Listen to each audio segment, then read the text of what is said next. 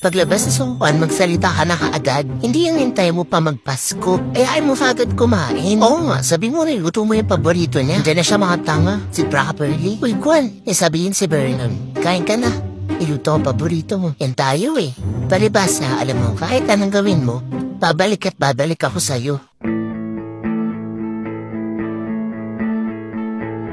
Hindi na pala ako buta. Wait, Kwan, wait lang. Makinig ka muna. Tagay niyo na lang ako pagtapos na ayaw kumain. Tawin na niyo, garit yun. Kausapin ko nga. Wag na ako na.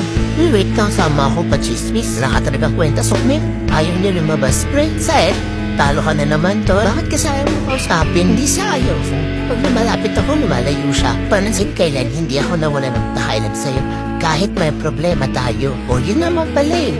Love never dies. Dahil dyan, ba't na kayo? Pinaglaban kita sa magulang ko, pero ang ginawa mo? Inulit mo? Ilang beses ko ba sasabihin, hindi kita niloloko? Nagawa mo noon, magagawa mo ulit ngayon. Tagal-tagal na noong isang pagkakamali. Pero daladal ko pa rin. Teka, ano? Hindi ba kayo sinasabi sa amin? Anong pagkakamali? Oo, matagal na yun. Pero yun yung dahilan kung bakit hirap-hirap akong maniwala sa iyo ulit.